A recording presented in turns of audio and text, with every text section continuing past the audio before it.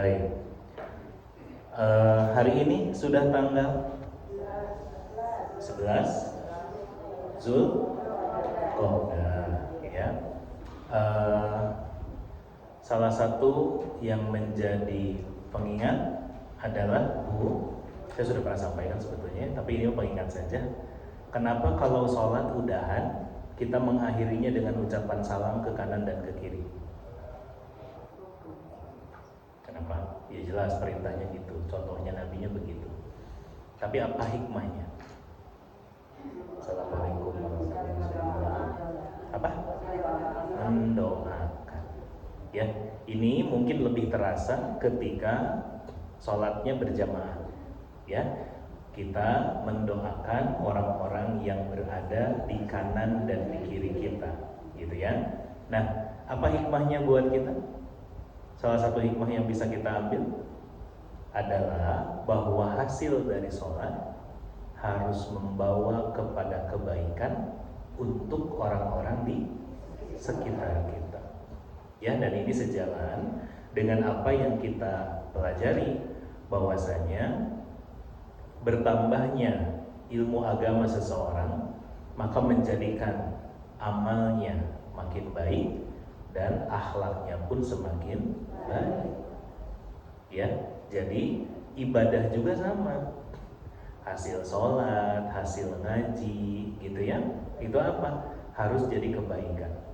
Apa bentuk kebaikannya? Salah satunya menjadikan kita orang-orang yang mendoakan orang-orang sekitar kita, membawa kepada kebaikan sama orang yang ada di sekitar kita. Ya, gitu. Kan ucapannya Assalamualaikum warahmatullahi wabarakatuh, ya kan? Apa artinya? Ucapan salam itu apa artinya?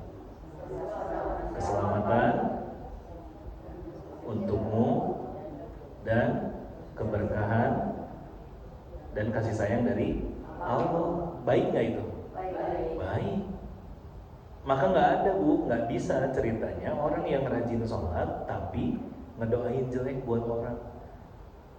Siapa puas apa gitu misalnya gitu ya. Nggak bisa, nggak begitu. Ya, makanya orang yang beriman, orang yang beribadah, orang yang takwa, ya, yang taat kepada Allah adalah orang yang apa? Yang ke orang lain di sekitarnya pun pengaruhnya adalah baik gitu. Ya, maka jangan sampai kemudian hasil kita atau ongkoh kita sudah ngaji, sudah belajar, sudah nambah ibadah, tapi perilakunya justru buruk gitu.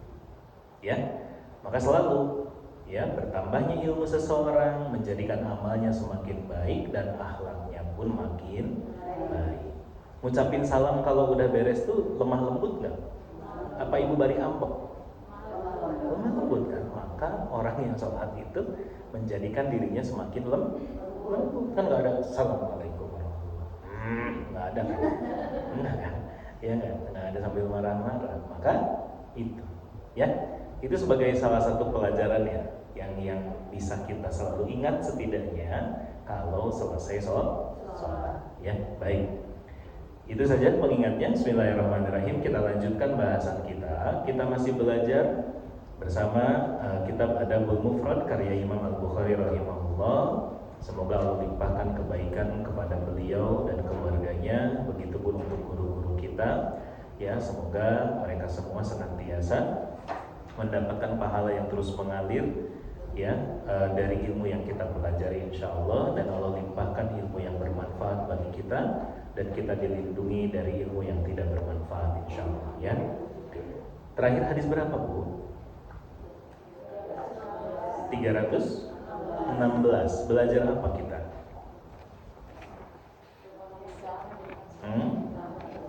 Kenapa? Jaga lisan. Kenapa jaga lisan?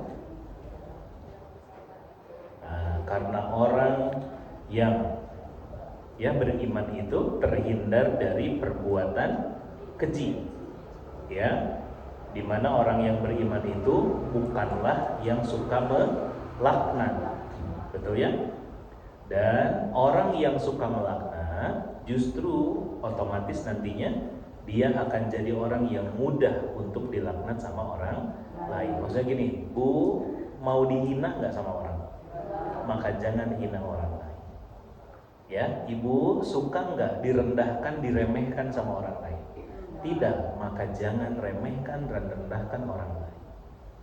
Ya, Ibu pengen dihormati nggak? Pengen, maka apa? Hormati orang lain. Jadi intinya, ya catat dulu, apa yang kita inginkan dari orang lain ke kita ya, maka pastikan itu dulu yang kita lakukan kepada orang lain, atau kita duluan yang melakukannya. Bisa dipahami? Ibu pengen disayang, dihormati, bukan gila hormat ya, beda. Dihormati, disayang, diperlakukan dengan baik, ya, bahasanya dimuliakan. Apalagi misalnya ibu jadi orang yang ingin kemudian orang tuh pokoknya baik aja sama kita. Maka kalau ibu pengen diperlakukan dengan baik, ke orang harus baik, itu aja. Ya, paham ya? Gitu. Jadi pokoknya apapun yang ibu inginkan, orang tuh harusnya hormat sama saya, kata ibu tuh ya, gitu. Masa nggak sopan misalnya begitu? Ya, orang tuh harusnya sopan dong sama saya tuh. Misalnya begitu kurang lebih. Maka tugasnya apa? Kitanya dulu yang harus sopan sama orang lain. Kenapa ini kemudian jadi penting? Karena biasanya ada orang yang kerjaannya cuma minta doang. Kerjanya hanya bisa nuntut, nyuruh orang gitu. Tapi kalau dianya sendiri nggak bisa. Jadi ongkoh pengen dihormati, tapi ke orang merendahkan nggak bisa. Ya, katanya orang lain harus sopan sama dia, tapi dia sendiri tidak sopan kepada orang lain, nah itu nggak bisa. Paham ya? Gitu. Nah makanya dari sini kita belajar bahwasanya seorang mukmin itu bukan yang suka melaknat. Seorang mukmin harus menjaga lisannya. Biar apa, Bu? Biar orang pun menjaga lisannya kepada kita. Ustaz, tapi ada saya teh udah menjaga lisan sama orang lain teh, tapi orangnya geningan gitu ke sayanya teh, ya itu mah urusan dia. Ya, yang penting apa? Yang penting jangan sampai kita yang melakukan keburukan dari lisan kita, ya, gitu. Baik. Bismillahirrahmanirrahim, kita masuk hadis 317 ya berarti ya. Baik. Bismillahirrahmanirrahim, dari Abu Hurairah radhiyallahu anhu, ia berkata, Rasulullah sallallahu alaihi wasallam bersabda, la yambagi lis-siddi an yakuna la'anan. Ya. Tidak patut orang yang siddiq itu, orang yang benar imannya, membenarkan imannya dengan amal, ya, bahwa apa? Tidak pantas menjadi seorang pelaknat. Ya, orang yang siddiq itu, kata Nabi, tidak pantas menjadi seorang pelaknat. Ya, ibu tahu siddiq? Benar. Ya. Salah satu sahabat yang paling utama, Abu Bakar As-Siddiq radhiyallahu an, itu sampai dapat gelar As-Siddiq. Kenapa? Karena beliau adalah orang yang membenarkan imannya itu segitu tingginya, segitu kuatnya, sehingga apapun yang Nabi sampaikan itu langsung beliau percayai, beliau imani. Kalau yang lain mah ada sempat mikir dulu gitu. Ya. Nah, tapi apa? Tetapi kemudian Nabi mengingatkan bahwa orang yang pengen punya gelar siddiq, maka salah satunya apa? Jangan sampai jadi orang yang suka melaknat. Ya. Iman kita, Bu, sudah benar belum? Kenapa belum? Karena masih suka melaknat. Apa bentuk melaknat? Bentuk melaknat itu kan pokoknya ngomongin jelek ke orang ataupun ke pihak lain. Ya, nggak usah jauh-jauh lah. Masih suka protes nggak kalau hujan? Nah, itu aja. Masih suka otomatis kan? Hujan, gitu. Nah, yang dikhawatirkan itu tuh juga masuk kepada kategori laknat, Bu. Apalagi ke orang, udah kamu mah gini. Ke orang tuh gampang nuduh gitu. Ke orang tuh gampang ngatain, nggak boleh. Ingat hadis Nabi yang lainnya, kul khairon au liyasmun. Apa artinya? Berkatalah yang baik atau diam. Ya, maka daripada ngomong yang nggak benar, mendingan diam. Matak ibu mah kalau pengajian teh gitu diam. Soalnya sieun salah. Ya gitu. Sudah teh mengamalkan hadis ya. Tapi poinnya apa? Tuh, daripada ngomong yang jelek mending diem. Berarti apa? Minimal Bu, yang kita latih apa? Berlatih diem. Contoh, ada orang lagi ngomongin orang lain. Ibu teh tahu. Ya, misalnya teman ibu bilang, "Cek, apa tuh si itu gini." Ibu teh denger. Ya, ada si A lagi ngomong ke si B. Ibu teh ada di situ. Apa tuh saya tak kia. Ibu tahu, bahkan yang lebih parah, suka pengen ikutan tuh. Didinya mah apalah yang tahu kul. Saya mahnya. Tahu yang lebih parah, gini. Suka ikutan kan? Suka pengen gitu. Suka pengen ikut cerita lah pokoknya mah. Tapi terus apa? Ibu teh latihan karena baru beres pengajian. Jadi Bu kunaon biasa tuh ben komentar. Iya kan? Gitu. Padahal pengen banget buat ngomong. Tapi apa? Ibu memilih untuk diam. Kenapa? Karena ibu tahu berkata yang baik atau diam. Ya, daripada kita ngomongnya nggak benar, mendingan ya. Nah makanya apa? Ciri dari iman yang benar, ciri dari amal yang benar adalah apa Bu? Dilihat dari lisan. Makanya ya, kita latihan untuk latihan ya, jangan bilang jangan protes soal hujan, jangan protes soal kemudian apapun lah gitu. Ya segala dikomentarin, itu teh harus latihan. Kenapa? Karena berkaitan dengan keimanan. Karena berkaitan dengan keimanan kita. Ya, termasuk satu lagi, jangan sampai ada begini, ada komentar begini. Nah, hanya padahal mah si ibu eta teh suka pengajian, tapi geningan gitu. Kalau ngomong nyakitin. Ya, kerjaannya teh fitnah nyebarkeun gosip, padahal mah sok asalan, sok ngaji. Itu teh enggak boleh. Jangan sampai ada orang komentar begitu tentang kita. Berarti apa? Hasil ngajinya belum ada. Ya, ibu lihat kandungan hadisnya, celaan atas sikap suka melaknat, dan orang yang jujur tidak dibolehkan melaknat orang lain karena kedudukannya yang tinggi, yaitu berada di bawah kedudukan para nabi pada hari kiamat. Ya, jadi termasuk kalau ada orang yang melaknat kita pun nggak usah diladenin Bu. Karena orang yang bahasanya makomnya tinggi, orang yang derajat keimanannya tinggi, itu udah nggak riweuh sama yang gitu-gitu. Ya, naon gitu riweuh biasalah, entah di jalan atau di mana, dasar monyet, cenah lain, gitu dah. Misalnya, dasar gini-gini sanes abim. Ya, dasar ibu-ibu emang dah. Nggak usah ribut. Kenapa? Jangan malah sarwana. Iya nggak? Jangan malah sarwana. Malah. Oh boleh. Sok apa? Mohon. Pakai mang paket gantosan. Ya, gitu. Mang beli badeng ngawas heula gitu. Ya, gitu. Ya, gitu. Jadi apa? Orang yang kedudukannya tinggi, Bu, itu nggak akan melakukan perbuatan yang rendah. Jadi bagus tuh, catat.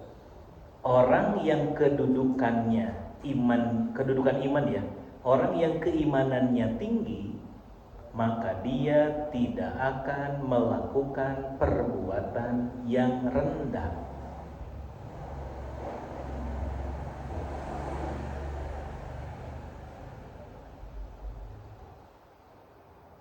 Ya, apa perbuatan rendah itu tadi?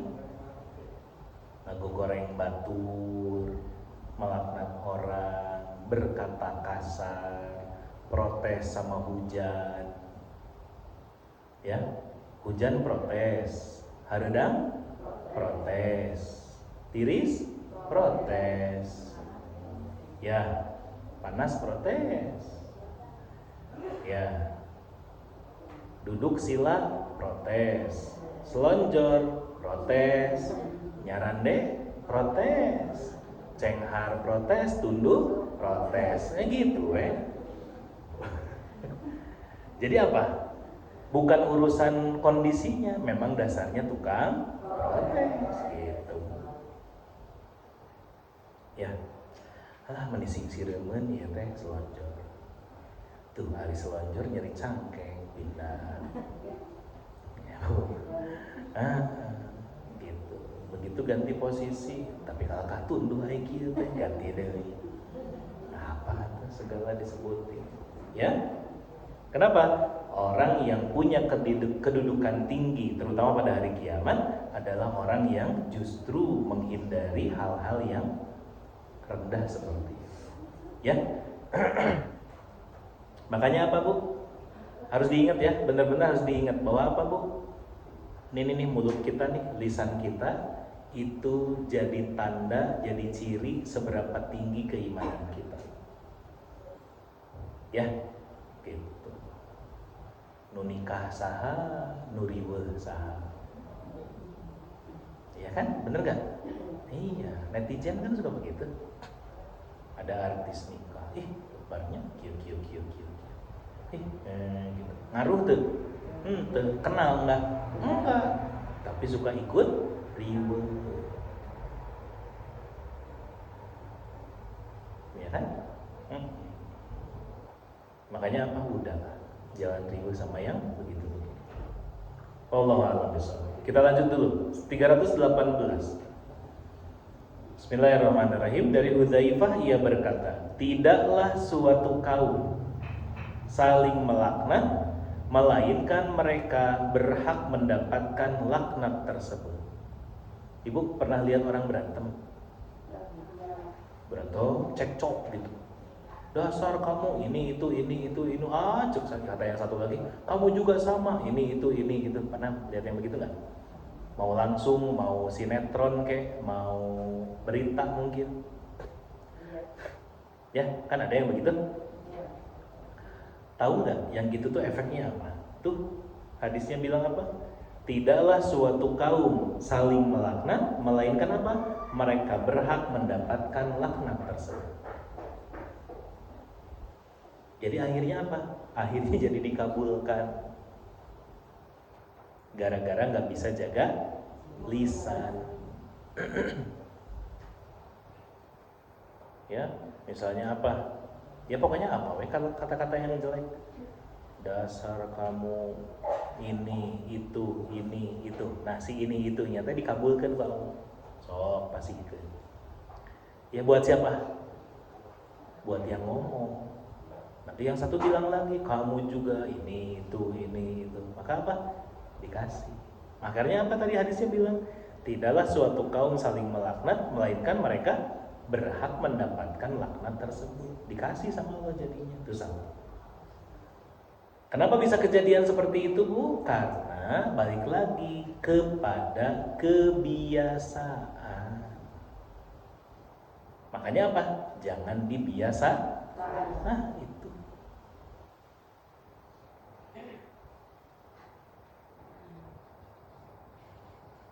Ada nggak, Bu, orang yang gini? Ditajong kanu meja, nu disalahkeun meja. Duh, meja tengah halangan. Itu melaknat bukan? Itu teh kebiasaan. ulah sok itu. Ya enggak? Ya. Padahal siapa yang salah siapa? Kitanya, meja mah diem. Betul? Ada pengalaman begitu? Apalagi?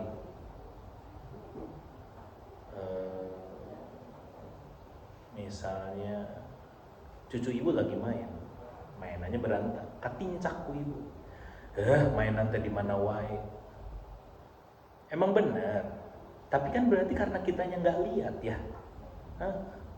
Makanya termasuk saya tambahin ya, ibu jangan jadi orang yang ngajarin begitu secara tidak langsung, secara tidak sadar ke anak atau cucunya. Yang mana? Ibu suka ada, saya masih suka menemukan orang tua, baik itu bapak ibunya atau kakek neneknya, yang ngajarin ke anaknya untuk melaknat. Apa? Cucunya jatuh, nangis. Kenapa nah? Sini, mana jatuhnya di mana? Pukul tanahnya. Dasar bau. Ada yang gitu? Siapa puas nggak boleh gitu teh. Nah, sih? Jangan. Ya, tidak gor, kejeduk gitu ya. Duh, kenapa ya? Kena meja. Mana kena ini ya? Mejanya nakal ya. Jangan. Berhenti ya. Nggak boleh begitu. Ada yang begitu? Jangan ini. Jangan, nantinya apa bu? Anaknya, ini ada psikologisnya ya. Ada yang mengatakan bahwa nanti anak terbiasa akan nyalahin batur bu, bukan introspeksi diri. Mata kolotna gitu tak?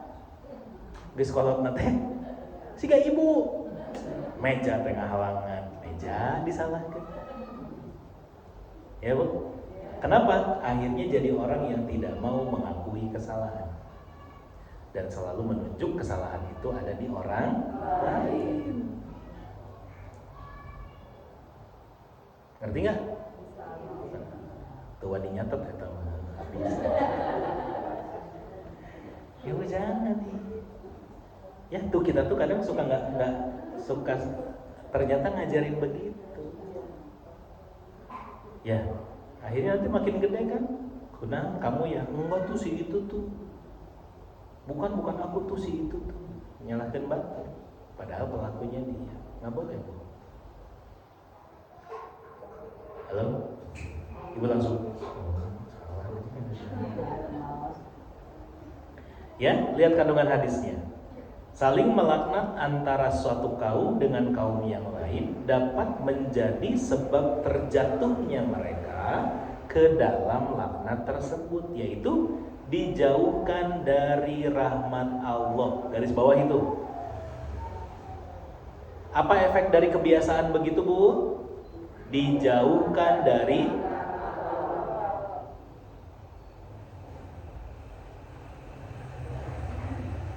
apa berarti? Orang yang terbiasa nyalahkeun batur jauh dari kasih sayang Allah. Gak akan disayang sama Allah. Kenapa? Kebiasaannya nyalahkeun batur. Dan itu ibu ajarkan sejak kecil.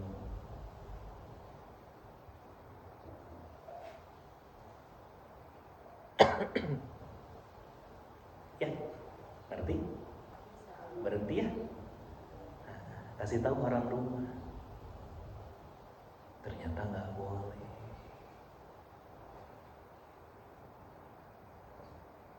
Halo.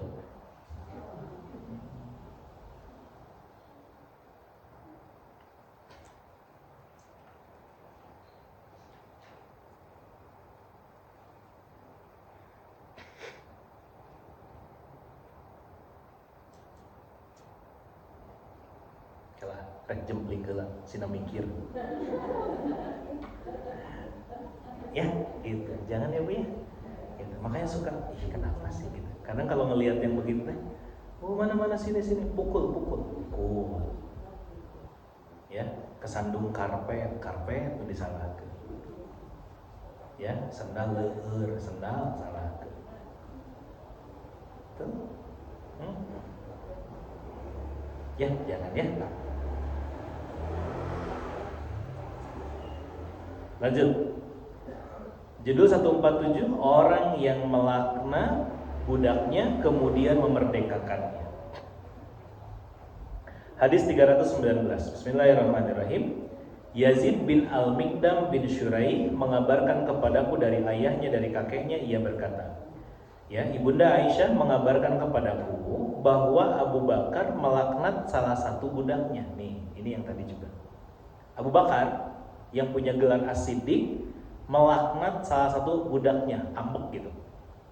Bikin salah, ya dimarahin, tapi marahinnya sampai melaknat. Dan kedengeran sama Nabi. Maka Nabi SAW bersabda kepadanya, wahai Abu Bakar, para pelaknat dan orang-orang siddiq, sekali-kali tidak, demi Rabb Ka'bah. Ya, demi Allah, beliau mengucapkannya 2-3 kali. Ngerti nggak? Jadi Abu Bakar lagi marahin budaknya, pembantunya, saking marahnya sampai keluar laknat. Dah kamu mah gini gitu dasar kamu gitu ya. Itu kedengeran sama Nabi. Nabi bilang apa? Wahai Abu Bakar, kamu tuh punya gelar siddiq. Tapi terus sekarang omongannya kayak gitu, nggak bisa, kata Nabi itu. Maksudnya gimana? Nggak bisa orang yang punya gelar siddiq omongannya kayak gitu. Atau orang yang ngomongnya kayak gitu, itu kayak orang yang bukan punya gelar siddiq. Teu matching, kata Nabi. Apa maksudnya? Ini salah. Berarti apa? Ibaratnya kalau ini dibiarkan, gelar as-siddiqnya Abu Bakar itu bisa hilang. Ya, jadinya nggak pantas gitu. Nah, digituin, maka apa? Abu Bakar sadar. Oh, ini salah nih, nggak boleh nih begini. Ya, bahwa perbuatan beliau itu salah karena Nabi sampai mengulangnya 3 kali. Demi Allah nggak bisa Abu Bakar, gitulah ibaratnya. Ya, orang siddiq tapi ngomong nakiyatnya nggak bisa, kata Nabi. Maka apa? Maka digituin, Abu Bakar langsung memerdekakan beberapa budaknya hari itu juga. Ya, kemudian ia menemui Nabi SAW dan berkata, aku tidak akan mengulanginya lagi. Jadi apa? Abu Bakar langsung ketemu sama Nabi, terus bilang, ya Rasulullah, saya sudah merdekakan dan saya berjanji nggak akan ngulang lagi kayak gitu. Ya, yang dibebaskan budak yang dimarahinnya aja nggak? Enggak, semuanya. Nggak semua, maksudnya beberapa orang. Sama kayak apa? Ini biar kegambar ya buat kita. Misalnya Bu, ada orang naik mobil mahal. Ya, naik mobil mahal. Tapi terus di jalan misalnya tuh mungkin nabrak motor atau apa gitu ya, atau nyerempet apa, pokoknya mah nabrak lah. Padahal itu yang salah. Tapi terus jadi menghina. Dasar miskin apa misalnya, kata si yang punya mobil itu. Terus ditegur, misalnya ikut pengajian ya, dan tahu bahwa nggak bisa. Ya, nggak boleh begitu. Orang ngaji itu nggak boleh omongannya kayak gitu. Maka bentuk minta maafnya apa? Mobil-mobil mahalnya dijual. Ya, ngerti nggak kalau kayak begitu? Ya, sebagai apa? Sebagai bentuk minta maaf, sebagai bentuk bertobat. Ya, gitu. Maka apa? Dari sini kita belajar, Bu, orang yang siddiq, ya, orang yang benar, orang yang iman dan amalnya itu selaras sesuai, itu nggak bisa omongannya nggak dijaga. Ya, makanya bahkan apa tadi, sahabat selevel Abu Bakar saja pun pernah kepleset saking emosinya. Ya, berarti gimana? Apalagi kita. Makanya dimulai dari mana tadi? Jangan dibiasakan protes. Jangan segala-gala diprotes.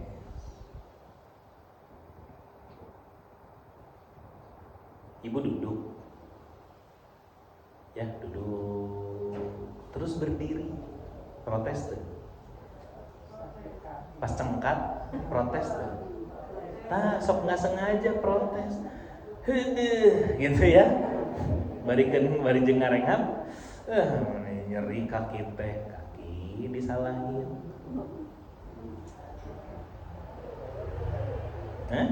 Iya nggak? Ya, meni para regal gitu. Kan suka apapun namanya, ngedumel, ya, gitu ya, sambil protes. Jangan. Kan jempling kan aku oke. Pengajian hari ini jempling ya, jempling gitu ya. Mending ibu teh sampai. Kenapa ya itu nggak kerasa ya, kan minggu lalu juga kita begitu. Nah sekarang kita coba lagi ya, nanti ya beres pengajian cengkat ayah protes gitu kan, ada apa gitu ya. Ibu lihat kandungan hadisnya ya. Hadis ini menjelaskan sifat Abu Bakar. Ia memerdekakan beberapa orang budaknya, kemudian bertaubat dari perbuatannya, yaitu melaknat budaknya sendiri karena takut kepada Allah. Nih, kebiasaannya para sahabat Bu adalah apa? Bahwa ketika ditegur atau sadar bahwa sudah berbuat salah, maka apa? Buru-buru taubat. Berusaha gimana caranya biar Allah bisa langsung mengampuni. Meskipun itu teh harus mengorbankan harta yang banyak. Gitu. Ya, bahwa apa? Bahwa para sahabat itu sangat sensitif ya terhadap dosa sekecil apapun. Catat. Ya, harus sensitif terhadap dosa sekecil apapun. Titik, jangan dianggap remeh.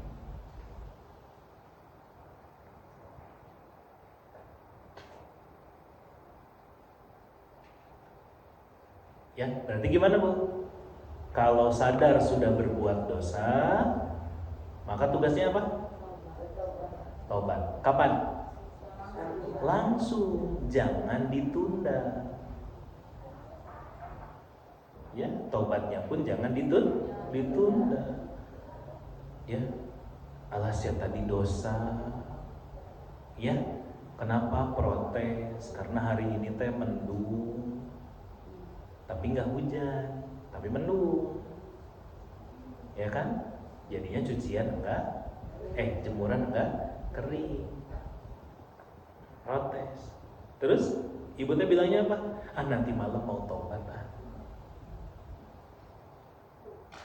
Harusnya langsung astagfirullahaladzim, ya Allah mohon ampun kalau saya tadi salah ngomong gitu.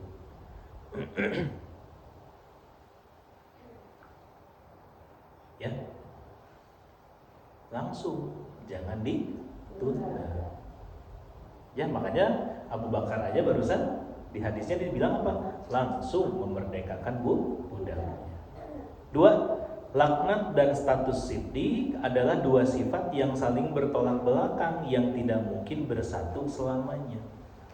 Kayak air sama minyak. Bisa bareng nggak Bu? Enggak. Maka ya, siddiq itu air, minyak itu melaknat, nggak bisa bareng tuh. Ya, makanya kalau ibu mau cek iman ibu benar apa tidak, ya kesolehannya itu benar atau tidak, maka dilihat dari mana? Lihat lisannya. Sok protes tuh.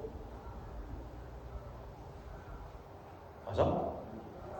Berarti imannya masih harus diperkuat. Makanya apa? Ngerem, mulutnya harus ngerem. Ya, gitu. Bisa dipahami? Oke. Lanjut.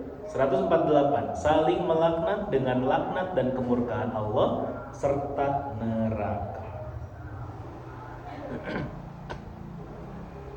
320. Dari Samurah ia berkata, Nabi SAW bersabda, janganlah kalian saling melaknat dengan laknat Allah, jangan pula dengan kemurkaan Allah, serta jangan dengan neraka. Ya, 3 itu nggak boleh. Ya,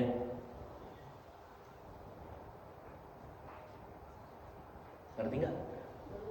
Jangan nyumpahin orang dengan apa? 1, dengan laknat Allah. Misalnya apa, Bu? Semoga Allah melaknatmu, itu nggak boleh. Ngeri itu. Ya, karena orang kalau sudah dilaknat Allah mau jadi apa, Bu? Oke.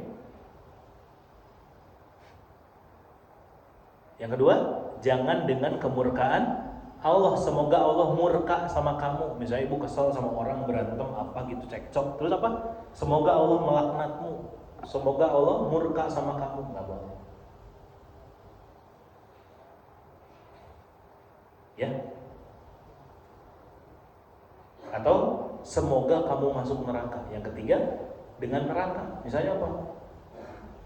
Ya, kesal sama orang, semoga kamu masuk neraka. Si masuk neraka, ya gitu ya. Itu nggak boleh. Takutnya apa? Takutnya membalik ke diri sendiri.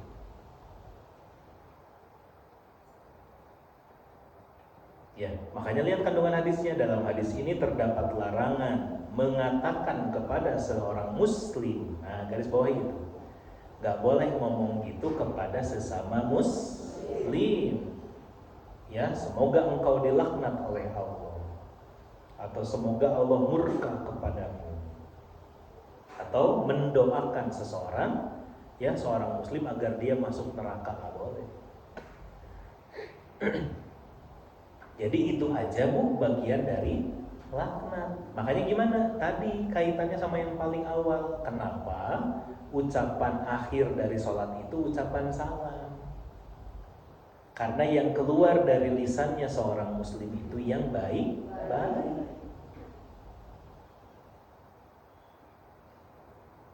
Ya, jadi nggak boleh, Bu.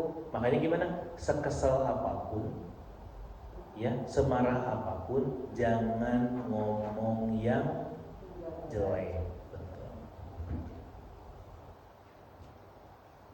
Doain aja yang baik-baik. Mudah-mudahan sokoekeun lah sing dapat hidayah gitu. Ya. Ya tapi si itu teh gini pisan ke ibu teh gini, udah keun. Ya. Mudah-mudahan Allah ampuni gitu. Ya. Mudah-mudahan disayang sama Allah. Ya. Ibu gitu tuh. Untuk segala belajar, kita latihan. Ya. Sama kayak apa? Doanya ibunya Syekh As-Sudais, ya, kita pernah cerita kan? Marah banget, kesel banget karena anaknya bikin onar lah intinya. Terus apa doanya? Semoga kamu jadi imam Masjidil Haram. Kejadian. Ya, makanya ibu saking kesal, sambil kesal pun doanya selalu yang baik. Bu, apa misalnya nah, aduh, soleh, bager, kasep, pinter, ahli surga, kadir. Ya, gitu. Bari ampak ibu kadir. Gitu. Ya, tapi apa? Ucapan yang keluar dari lisan kita adalah yang baik. Udah gitu aja. Ya, gitu.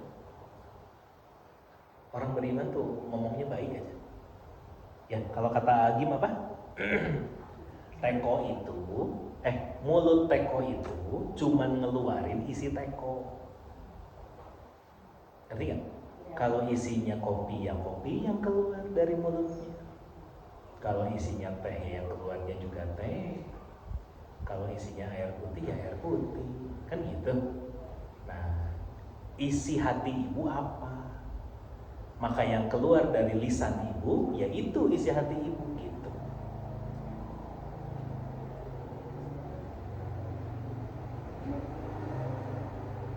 Ya. Apa isi hati ibu? Yang suka keluar dari lisan ibu apa? Protes, berarti emang tukang protes, udah gitu aja. Entah kata. Ya udah diperhatiin aja.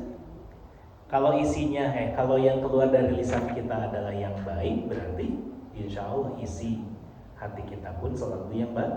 Yang baik.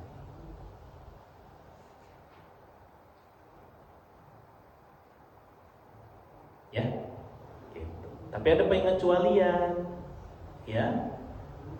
Selanjutnya 149 melaknat orang kafir. Hadis 321 dari Abu Hurairah radhiyallahu an, ia berkata, seorang sahabat berkata kepada Nabi SAW, ya Rasulullah, mintalah kepada Allah kebinasaan bagi orang-orang musyrik.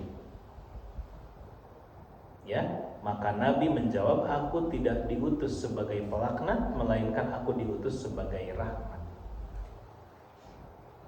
Ya, jadi ada sahabat yang bilang sama Nabi, ya Rasulullah, itu tuh laknat orang-orang musyrik. Enggak, kata. Jangan, kalau melaknat mah jangan. Ya.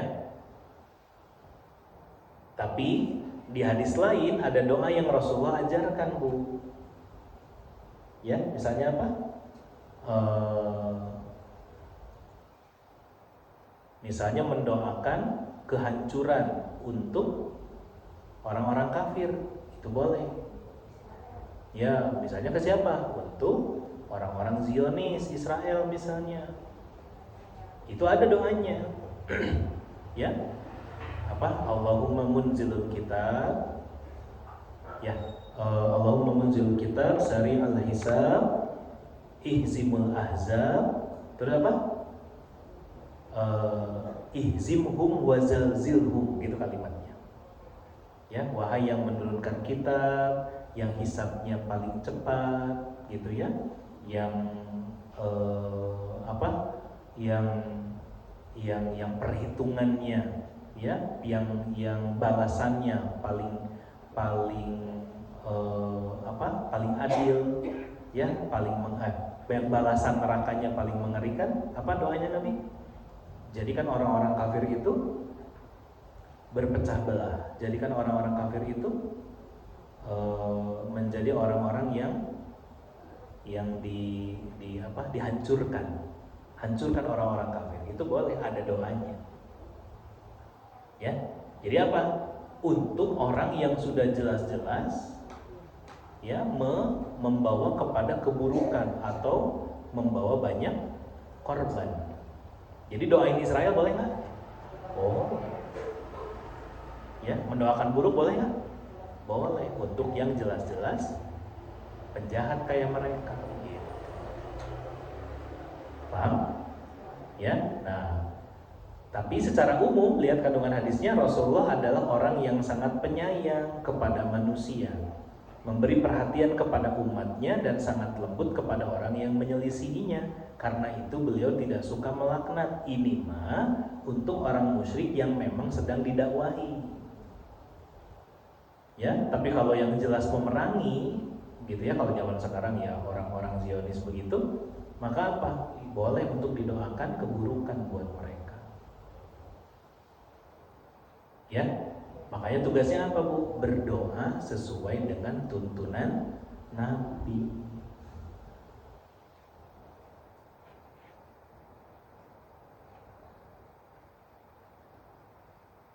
Ya, gitu. Makanya kalau misalnya kayak sekarang, ya sudah sekian lama, ya kan, katanya mau gencatan senjata kemarin, tapi terus sekarang berkhianat lagi, ya dilanggar lagi. Doa kita mah terus untuk dipanjatkan agar apa? Agar Allah memberikan kehancuran buat mereka. Gitu. Ya, itu mah tidak masuk. Ustaz, itu masuk kategori melaknat nggak? Enggak. Ya, itu mah tidak masuk kategori melaknat. Oke? Baik, lanjut lagi 322. Dari Hammam kami pernah bersama Hudzaifah. Ya, tentang orang yang suka mengadu domba. Dari Hammam kami pernah bersama Hudzaifah bin Al-Yaman. Lalu dikatakan kepadanya bahwa seseorang menggunjing, yang ngegosip di hadapan Utsman bin Affan radhiyallahu anhu. Lalu Hudzaifah berkata, aku mendengar Nabi SAW bersabda, tidak masuk surga orang yang suka mengadu domba.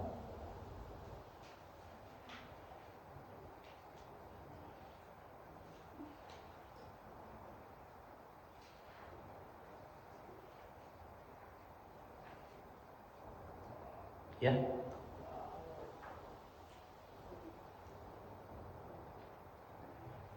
Tidak masuk surga orang yang suka mengadu domba. Yang gimana ngadu domba teh?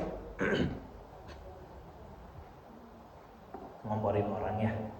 Nah, kenapa bisa ngomporin batur? Ibu lihat penjelasan kata tuh. Orang yang suka membawa cerita-cerita lalu mengabarkannya kepada orang lain biar orang lain juga kesal. Itu teh nggak boleh. Berarti gimana Bu? Kita harus bijak, harus berpikir kalau sekiranya kita cerita ada yang marah nggak gitu. Kadang kan kita mah suka ada yang gini Bu, orangnya teh, si itu harus tahu. Misalnya gini, ada orang ngomongin ibu, saya tahu ada orang ngomongin ibu, maka saya ya nggak boleh punya pola pikir begini, si ini ngomongin ibu, saya harus cerita sama ibu kalau orang ini tuh ngomongin ibu. Nggak boleh, justru sebaliknya. Ya, kan kalau saya ceritakan ibu marah nggak? Marah. Bu tahu nggak si itu ya ngomongin ibu, ngejelekin gini. Saya tahu ibu tuh bakalan marah. Maka tugasnya justru apa? Jangan disampaikan gitu. Kan ieu mah henteu, kadang suka ada ngahajakeun. Ya enggak? Suka ada yang sengaja, saya harus cerita sama ibu nih. Ya biar ibu tahu bahwa dia teh nyebelin gitu. Jangan, itu ngadu domba nantinya. Ya, jadi apa? Nah, dari sini kita belajar kadang untuk cerita pun apa, Bu? Harus milih.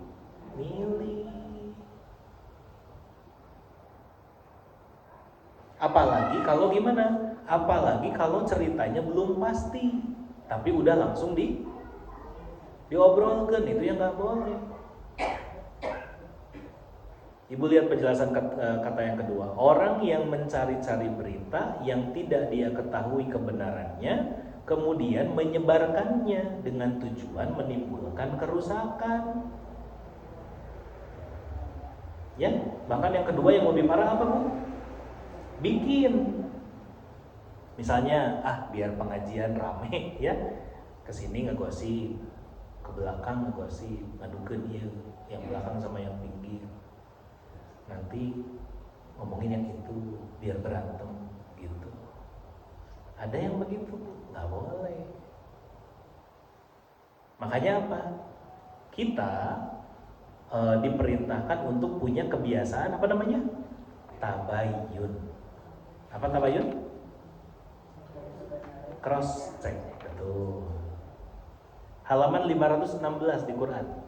Harusnya sudah ditandai ayat 6.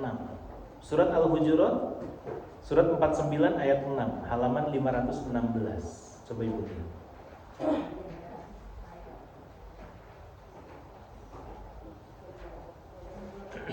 Ada? Halaman 516 ayat 6. Udah ditandain? Udah.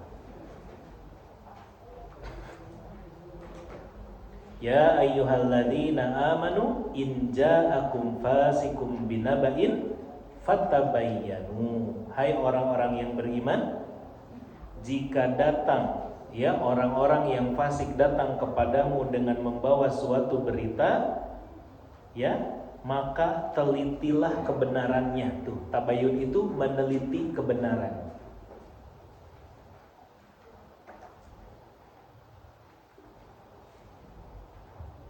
Ya, ibu teh dapat gosip. Ustadz Untung jadi si Walid. Ibu tahu si Walid kan? Ih, nggak tahu ya? Enggak? Oh, nggak tahu. Syukur atau kejadian. Ya. Ya. Misalnya, ibu-ibu ada berita Ustadz kawin deui. Contoh ya. Wah, langsung nyebar. Wah, moal ngaji deui urang mah cek ibu teh. Ya. Misalnya teh gitu. Misalnya begitu. Terus apa? Belum apa-apa teh udah langsung ngambek gitu. Padahal nggak tahu bener apa enggak. Ustadz nanti Ustadz mana? Nanti disebut misalnya teh. Ya kan? Ibu teh ujung-ujung teu hadir we. Taunya setelah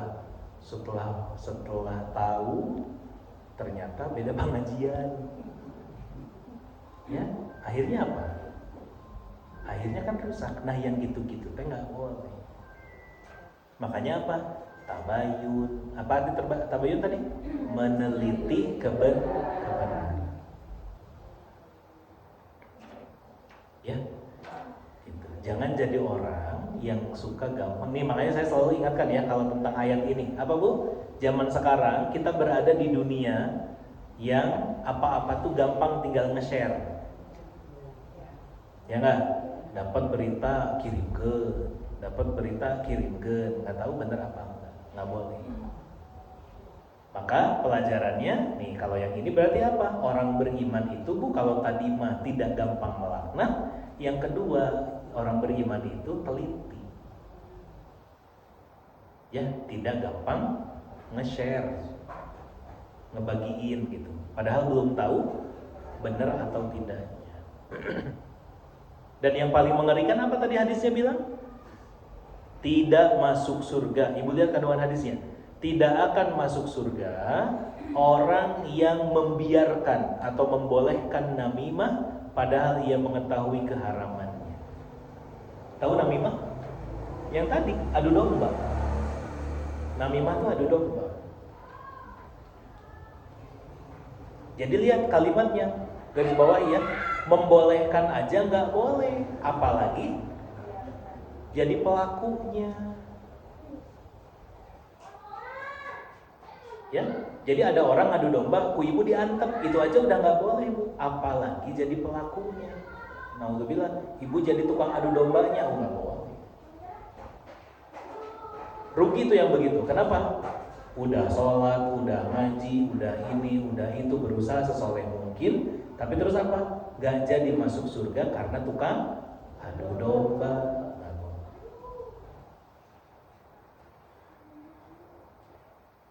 Paham ya? Terakhir,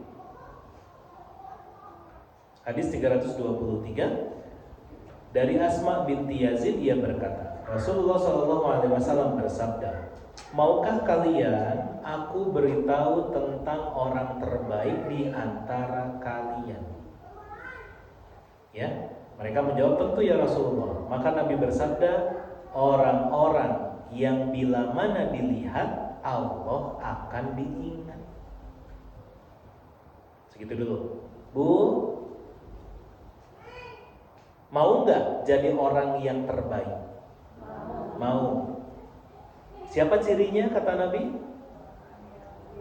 Yang orang yang kalau ketemu ibu dia langsung ingat sama Allah.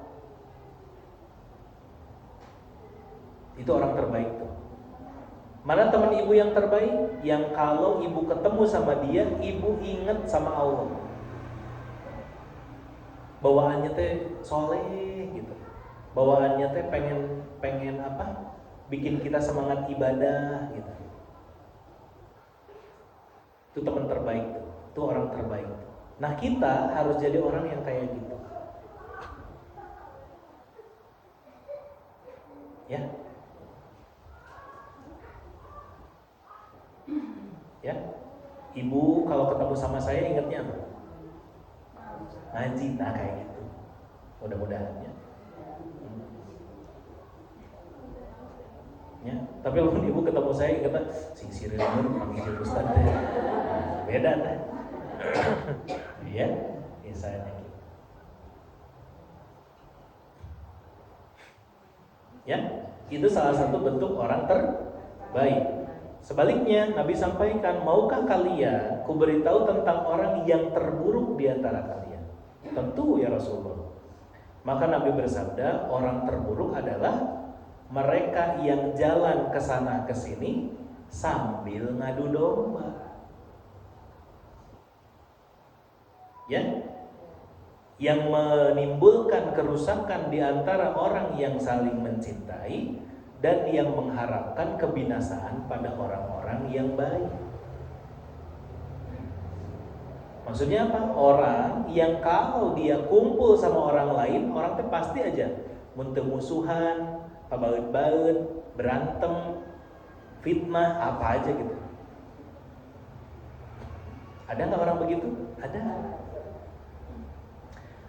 Si ieu geus datang ya, mun si ieu datang teh pasti mau gosip terbaru. Yang gitu Bu, hindari. Ya, datang nih. Saya mau pergi kunaon gitu. Mun si geus datang mau semua bener gitu teh. Ya, dalam artian apa kek, ngomporin apa, fitnah apa. Bilangnya ini mah bener berita terbaru ini mah gitu. Yang gitu-gitu Bu dihindari. Kenapa? Nantinya efek buruknya ke kita. Apal tuh suami si itu selingkuh, rame katanya. Ya, apal tuh kamarnya nu di itu dulu digerebek, rame gitu. Padahal nggak tahu itu teh. Satu lagi, Bu, kadang terus anehnya ya. Kadang kita kalau dengerin omongan yang kayak gitu, berita-berita begitu, gosip-gosip begitu, suka betah dengerin nggak? Kadang suka ada yang betah, oh gitu, gitu ya. Iya. Makanya apa? Buru-buru dihindari. Kenapa? Tuh tadi kata Rasulullah apa? Orang yang kalau kumpul orang malah jadi berantem, ya malah jadi fitnah yang muncul, itu apa ciri? Seburuk-buruknya manusia. Makanya apa? Ibu tinggal pilih. Kandungan hadisnya satu. Orang kalau ketemu ibu mau ngelihat apa? Kalau yang pertama, tanda-tanda ibadah itu nampak dari wajah orang yang soleh. Ingatnya teh soleh gitu, ingatnya teh ibadah. Ya. Nah pertanyaannya, orang ibu sudah gitu belum? Kalau orang ketemu ibu, ingat nanti soleh. Ya, ibu, aduh alhamdulillah, biasa pernah, ya kan, suka semangat kalau ketemu sama ibu teh, bawaannya pengen ngaji, gitu. Ya, atau sebaliknya, orang kalau ketemu ibu teh deg-degan, kunaon, ingat sama bayar hutang. Ya kan, gitu. Ya, jadi pastikan kalau orang ketemu kita itu apa Bu? Yang diingat adalah untuk berbuat baik. Gitu. Ya, mun panggil jeung Ustaz mah, misalnya gitu. Ya, misalnya apa? Ibu ketemu saya, tapi terus bajunya nggak kayak gini, kerbu lucun, ya, kabur mau. Kabur pasti, kan? Ya nggak bukan jadi seksi gimana, tapi misalnya teh apa ya Bu? Iya hari-hari lah gitu ya, hari-hari. Ayo Ustaz, kan lari, gitu. Kunaon? Izin, kenapa izin? Karena ibu mungkin sedang tidak sesuai dengan misalnya kayak gini, ya kan? Iya. Pernah gitunya? Tapi kan naik motor. Nah, ya ibu-ibu lompat saya teh. Ya, lumput. Nah, enggak apa-apa. 2, celaan keras terhadap orang yang melakukan namimah, merusak hubungan dua orang yang saling mencintai dan menyebarkan kerusakan. Hati-hati yang dengan yang begitu. Ya, satu ya jelas, jangan sampai kita jadi orang seperti itu. Yang kedua Bu, kalau punya teman kayak gitu, jauh-jauh deh. Jaga jarak. Karena apa? Hubungan yang baik sekalipun bisa rusak. Ya, gitu. Sudah cukup. Shadaqallahul adzim. Alhamdulillah. Ya, maka kesimpulannya adalah apa? Jaga lisan kita. Satu, dari merendahkan, melaknat orang lain. Yang kedua, dari mengadu domba. Ya, semoga Allah limpahkan kebaikan kepada kita semua. Allah jaga akhlak kita untuk semakin baik. Allah ridho, Allah sayang, dan Allah ampuni dosa-dosa kita, sehingga Allah jadikan kita semua orang-orang yang husnul khotimah dan bisa berkumpul kembali di surganya kelak. Amin ya Allah ya Rabbal alamin. Kita tutup dengan istighfar, hamdalah, dan doa majelis. Astagfirullahaladzim, astagfirullahaladzim, astagfirullahaladzim. Alhamdulillahirabbil alamin. Subhanakallahumma wa bihamdika, asyhadu an la ilaha illa anta, astaghfiruka wa atubu ilaik. Alhamdulillah. Hatur nuhun, hapunten sampai kesempatan. Ibu sehat semuanya. Allahumma muwaffiq ila aqwamit thoriq. Assalamualaikum warahmatullahi wabarakatuh.